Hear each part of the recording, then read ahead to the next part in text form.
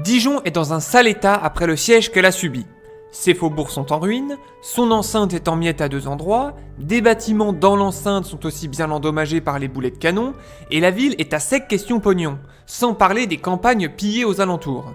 Bref, un choc psychologique duquel va naître la volonté de procurer à la ville les moyens d'assurer sa sécurité par la construction d'une nouvelle fortification digne de son temps. La ville ne sera plus seulement cerclée d'un mur protecteur entrecoupé de tours et de portes fortifiées, mais aussi d'une série de nouvelles plateformes pensées pour disposer des canons protégeant bien plus efficacement les murs de la cité, les bastions. Le premier projet de bastion avait été lancé juste avant le siège des Suisses, ce qui explique la forme de fer à cheval obsolète architecturalement par rapport à l'artillerie de l'époque. Le principe est on ne peut plus simple, on fait une excroissance au rempart pour pouvoir mieux défendre les murs. Il a été nommé Bastion Saint-Pierre, car l'église qui administrait spirituellement les croyants du bourg qui s'était développé là s'appelait Église Saint-Pierre.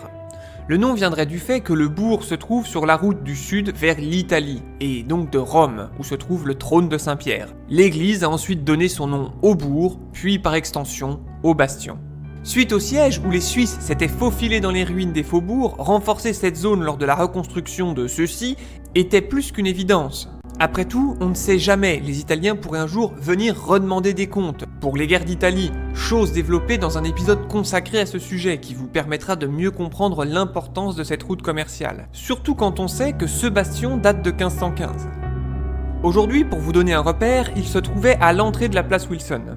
Un projet d'en faire un jardin avait même été envisagé comme vous pouvez le voir sur ce plan, mais sans que ça se concrétise. Le second bastion date de 1549, c'est le bastion de Guise, qui porte le nom du duc de Guise, un gouverneur de Bourgogne décrit comme le sosie de François Ier. Ce bastion est également construit sur une route commerciale plus qu'importante, car c'est la route viticole. De plus, il y a aussi un hôpital qui était un investissement stratégique pour Dijon. Après, l'hôpital était aussi protégé par sa position d'îlot. Ce bastion-là est différent parce qu'il a une architecture pensée pour son époque. Et pour cause, il est dessiné par un architecte italien, car ce sont les Italiens qui ont développé de nouvelles architectures pour pouvoir mieux se défendre face aux Français qui venaient, roi après roi, mettre le boxon chez eux. Le bastion de Guise est le premier à être bâti dans ce style à Dijon et le seul à avoir survécu jusqu'à nos jours. Il était décoré des armes de la France et est aujourd'hui caché par le parking de la Cité de la Gastronomie. Alors, c'est quoi ces nouveaux bastions à l'italienne ? C'est d'abord une nécessaire adaptation face au progrès de l'artillerie. La structure est fondamentalement pensée pour de l'artillerie. Les murs sont moins hauts, supportant plus facilement le poids de l'artillerie. Des murs moins hauts permettent aussi de diminuer les risques d'effondrement si la base est touchée, tout en mettant moins en évidence les points faibles. Les murs en eux-mêmes ne font que recouvrir la structure qui est en fait une véritable butte de gravats et de terre impossible à abattre. Ce qui permet dans le même temps de désencrasser les fossés autour de la ville et de les approfondir, car on utilise de la terre pour constituer la butte qui deviendra le bastion. Les murs sont légèrement inclinés pour stabiliser la butte tout en réduisant l'impact des boulets, augmentant encore plus leur amortissement. Enfin, les angles du bastion sont pensés pour réduire à zéro les angles morts, un schéma s'impose encore. Là, vous avez une représentation ultra simplifiée de ce qu'étaient les murs au départ. On dessine pas les douves cette fois-ci parce que le but du jeu c'est de se concentrer uniquement sur la forme des murs. D'abord, pour faire disparaître le côté arrondi de la chose, on va prolonger les murs de manière à faire un angle droit. Cet angle droit est la première partie du bastion, il est donc capable de supporter de l'artillerie en étant bien solide. On a donc là la création d'un nouvel espace couvert par l'artillerie. Sauf à la pointe, et c'est là que va intervenir le bastion. Celui-ci prend la forme d'un carré construit à l'extrémité du croisement des murs de l'enceinte. Seulement, son boulot à lui n'est pas seulement d'éloigner les ennemis qui s'approchent, mais aussi de nettoyer les murs de chaque côté des ennemis qui viendraient à grimper sur l'enceinte. On a donc des tirs croisés de canon et imaginez par-dessus le marché le soutien offert par les arquebusiers. Quant aux canons, il ne faut pas croire qu'ils étaient chargés uniquement d'un boulet de métal. Les canons pouvaient également être chargés de clous, de verre pilé, de gravier, transformant ainsi le canon en un tromblon géant.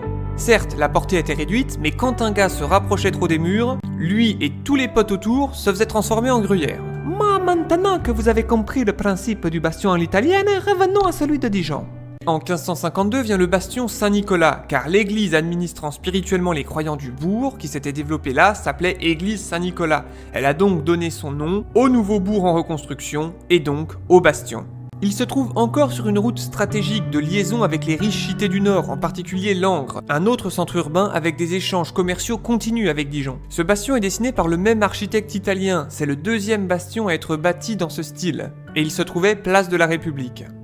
Enfin, en 1558, c'est le bastion de Sceaux, dont le nom vient d'une famille de chevaliers qui a possédé toutes les baraques de la rue Vannerie. Lui aussi est dessiné par l'architecte italien et il est le troisième à être bâti dans ce style. Seuls 2 vestiges subsistent aujourd'hui. Un négatif du bastion, avec le mur d'un bâtiment qui a été construit contre, et des latrines. Des toilettes, quoi. Après l'attaque suisse-teutonne depuis les hauteurs de la Fac, renforcer ce point était une évidence, le bastion pointant directement vers l'Allemagne. Le bastion de Sceaux fait jonction avec Saint-Nicolas dans sa raison d'être de faire face à l'Allemagne par l'aide de Sceaux, une structure équipée d'artillerie qui forme un ensemble défensif dans la direction express de l'Allemagne, car c'est par là que sont arrivés les assiégeants en 1513. Et n'oublions pas que ces 3 structures se soutiennent les unes les autres. Plusieurs gravures et même photographies subsistent de l'existence de cette structure. D'autres structures, plus modestes, faisant jonction entre les bastions, existent ailleurs. C'est le cas de la tour du Fondoir, car il y avait une fonderie de chaux à proximité pour faire jonction entre les bastions Saint-Pierre et de Guise, même si sa structure ne permet pas d'accueillir de l'artillerie. Nous avons aussi la tour du Suzon, dont il reste aujourd'hui plus qu'un mur visible dans une cave. Plus loin, nous avons la tour meurtrière, sans doute par rapport aux archères. Sa structure a été remaniée pour faire disparaître ce qui s'est révélé être un point faible lors de l'attaque des Suisses. La principale fonction de cette tour était de faire jonction avec le bastion de Guise, la courbure des murs de l'enceinte empêchant la tour meurtrière de faire jonction avec la porte Guillaume. Une chose est sûre, la tour meurtrière est la tour qui aura eu le plus de fois changé de nom dans l'histoire de la ville.